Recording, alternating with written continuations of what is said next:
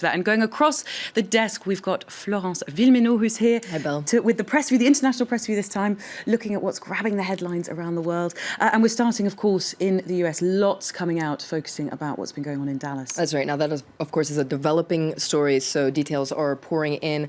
If you want all the latest details, do check out the Dallas Observers. You can see this is their latest article, for instance, talking about 11 police officers wounded, 4 fatally. Of course, that number has reportedly gone up to 5. So as I said, this is a developing story. This article quoting the mayor, Mike Rawlings. It's a heartbreaking morning. And we will, of course, bring you all those details. And, of course, the US papers also focusing on those 2 shootings that you mentioned before. So 2 black men, one of them killed in Louisiana and one of them in Minnesota, both by police officers. That's right. Now, according to the American Civil Liberties Union, the killing in Minnesota was the 123rd killing of a black person by law enforcement in America this year alone. So you can see here the editorial in the New York Times, when will the killing stop?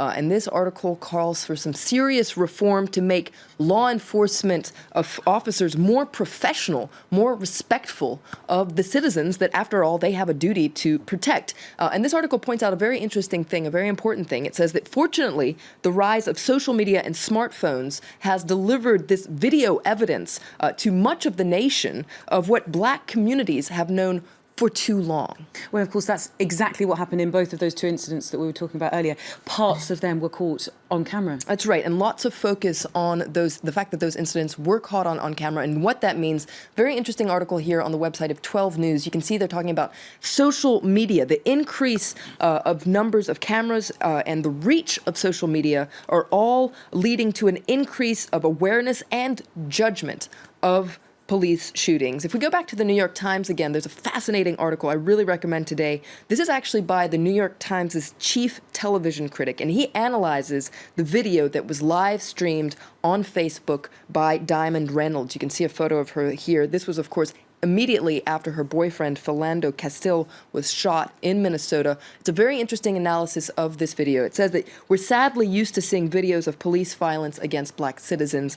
This one, showing a killing's aftermath, is very different. It's narrative, personal, and terrifyingly intimate. Definitely an article to read. And, of course, Philando Castile was reportedly shot after being stopped initially for a broken tail light. That's right. And several papers are quoting the governor of Minnesota, Mark Dayton. Would this have happened if the passengers driving had been white? Well, probably not. And this is a fascinating article as well. It's a list of things that black men tell their sons when they learn how to drive. 6 things about traffic stops. Just to give you some ideas, it says you should really keep your car up to date to avoid getting pulled over for things like broken tail lights. If you are pulled over, keep both hands on the steering wheel, be overly respectful, and look straight ahead. So these are just a couple of things that black men say that they teach their sons in the United States. Now, meanwhile, a lot of papers are keeping track about police fatalities and the police fatal shootings, rather. This is a very interesting article in the Washington Post.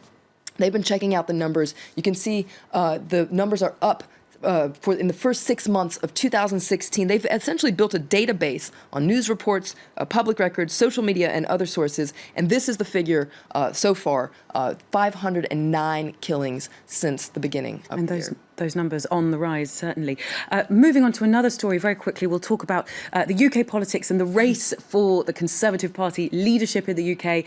2 candidates left in the running, both of them women. Women. It's a huge story in the UK. Let's take a look at a lot of newspaper front pages because they're pretty incredible. Britain's next Prime Minister will be a woman. That is the front page of I here. You can see both those women, Home Secretary Theresa May, seen as being the favorite, or Energy Minister Andrea Leadsom, kind of the underdog, making quite a rise, it must be said. So let's take a look at the headlines. You can see the Daily Star talking about, here come the girls. The Daily Express talks about the Battle of the Iron Ladies, of course, a reference to Margaret Thatcher. Who will be the new Maggie? That's what the Daily Mail wants to know. And the Daily Mirror, which it must be said is quite terrified, of course, being a left-wing magazine. Maggie 2. It looks kind of like a horror movie. Be afraid, be very afraid. If you want to learn more about the candidates, you can check out all those papers.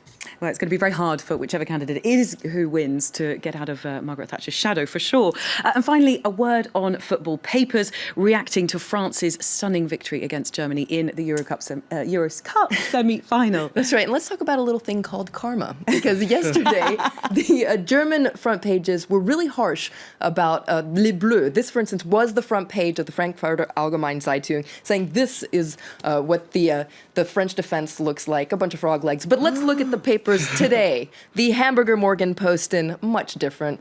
It's finished before the final. And you can see there Joachim Low, the coach, looking quite desperate, as it must be said, a lot of the German papers are today.